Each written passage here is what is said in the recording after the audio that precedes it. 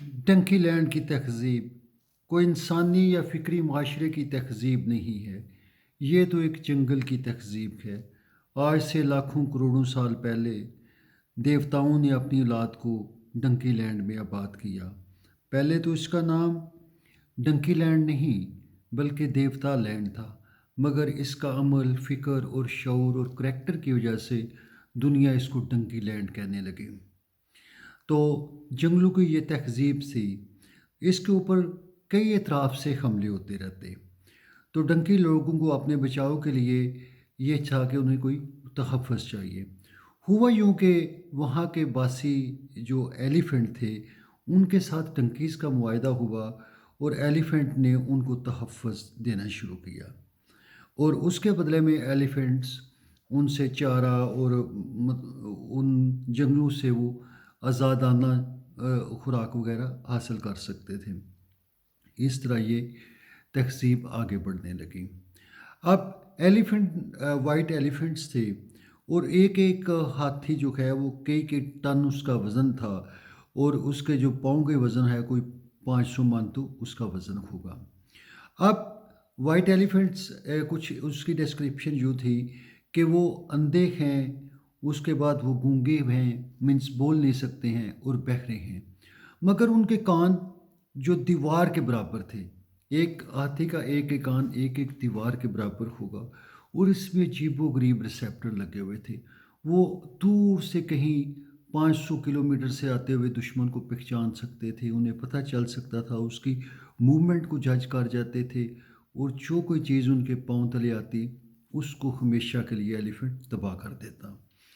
تو اب وہاں پہ امن کی بانسری بجنے لگی، چونکہ ایلیفنٹس اس لینڈ کی تحفظ دے رہا تھا۔ آہستہ آہستہ یہ ہوا کہ گدوں کے اندر کوئی میوٹیشن ہوا یا کوئی چینج آیا۔ ہوا یہ کہ وہاں پہ بھیڑیے، لگڑ بگڑ، کتے، بلے، اس طرح کے جانور پیدا ہونے لگے، اور انہوں نے جو گدھے تھے ان کو ایک طرح سے بیڑیوں کے ریوڑ میں بدل لیا۔ مگر ان کو بیڑوں کے ریوڑ میں بدلنے کا جو سہرا ہے وہ پروہت یا پنڈت کے سر جاتا ہے۔ پنڈت وہ تھا کہ وہ دیوتاؤں کی پوجا کرنے کے ان کو طریقے بتاتا، دیوتاؤں سے مناجات لینے کا، دیوتاؤں سے کئی طرح کے مینس پنڈت چاہتا تھا کہ ان کے ذہن میں یہ کنفرم ہو جائے کہ ان کی کوئی موومنٹ، کوئی حرکت، کوئی چیز بھی دیوتاؤں کی مرضی کے بغیر نہیں ہے۔ دیوتا ہر چیز کے مالک ہیں، ان کا ہر چیز کے اوپر پورا کنٹرول ہے، اور ڈنکی کو اگر وہ اس کے سامنے ناک نہیں رگڑے گا، اس کے سامنے کان نہیں پکڑے گا، اس کے سامنے سر کے بل وہ کھڑا نہیں ہوگا، تو دیوتا ناراض ہو جائیں گے، اور اس کے بدلے میں اس کو سزا ملے گی۔ اب ڈنکی پہلے ہی شعور اور فکر سے آ رہی چیز ہوتی ہے۔ وہ انہوں نے جو پروخت بتاتے کہ آپ نے اتنے گھنٹے شور کرنا ہے، اتنے گھنٹے آپ نے واویلا کرنا ہے، اتنے گھنٹے آپ نے ان کے سامنے ناک رگڑنا ہے، اتنے گھنٹے کان پکڑنے، یہ سب کچھ۔ تو ڈنکی تو اس چیز میں بیزی تھے، ان کو عمل سے، شعور سے، فکر سے یا تگودو سے ان کا کوئی کنسرن ہی نہیں تھا۔ وہ تو پوجا پاٹ سے، وہ تو چاہتے تھے کہ سب کچھ ہمیں دیوتاؤں سے مل جائے، صرف پوجا کرنے سے۔ اب دوسری طرف بھیڑیے تھے، لگڑ بگڑ تھے، اور اس طرح کے جانور تھے۔ انہوں نے پورے ڈنکی لینڈ کے اوپر ایک جال بچھا لیا، اور اس جال کے لیے طرح یہ تھا، انہوں نے اپنے اپنے علاقے تقسیم کیے۔ اب مختلف علاقوں میں ڈنکیز کو وہ بھیڑوں کو، ڈنکیز اب بھیڑیں تھیں، تو ان کو جب چاہتے ان کو جو ان کو نوچ کھاتے، ان کا دودھ پی جاتے، ان کی خوراک کھا لیتے۔ بھیڑوں کی یہ حالت تھی کہ نگفتہ بے حالت، وہ تباہ و برباد تھیں۔ یہ لوگ تھے، بیڑیے تھے۔ اب ایک ایک بیڑیا 10 10 بیڑیوں کے برابر ہو چکا تھا۔ انہوں نے اپنے اپنے علاقے میں بیڑوں کو تباہ و برباد کر دیا۔ اب دوسری طرف وائٹ ایلیفنٹ تھا، اسے پتہ چلا کہ یہ تو بیڑیے ہیں جو ڈنکیز کو کھائے جا رہے ہیں، ان کو انہوں نے بیڑوں میں تک سے بدل لیا ہے۔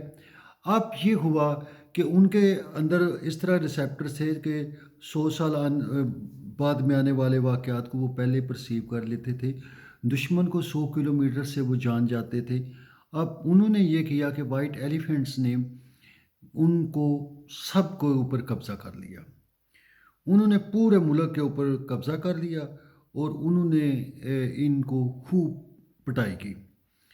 مینس کے بیڑیوں کو، اس کے بعد لگڑ بگڑ اور کتے بلے جو بھی تھے، جو ان کا خون پیتے تھے بیڑوں کا، ان سب کو انہوں نے خوب مارا.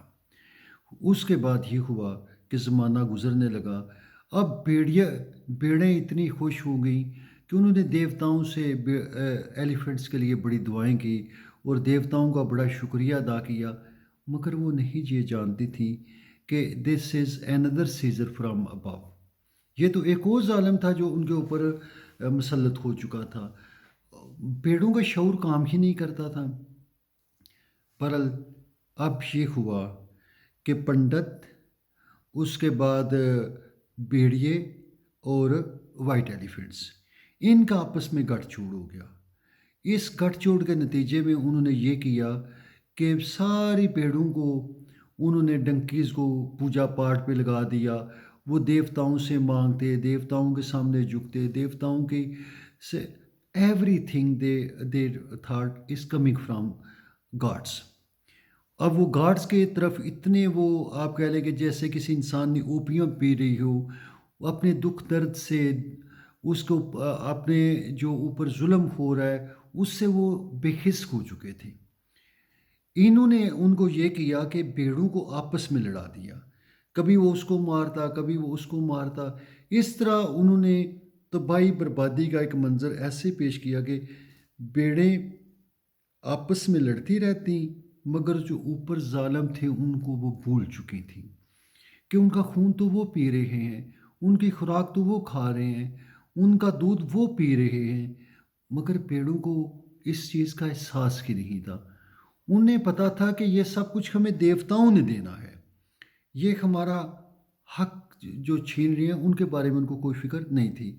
ایکچولی وہ مردہ روحیں تھیں. مردہ روح وہی ہوتی ہے جو اپنی شعور، فکر اور سوچ کے مطابق نہیں چلتی ہے، جو حق سے نظریں چرا دیتی ہے.